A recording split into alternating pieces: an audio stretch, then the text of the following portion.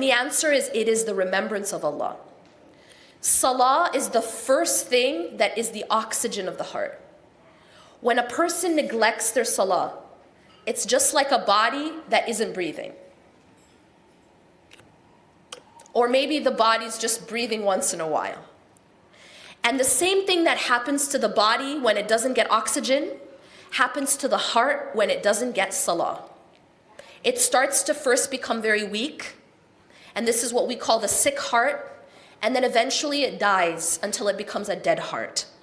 And that person will be walking around and they will appear to be alive, but they're actually dead.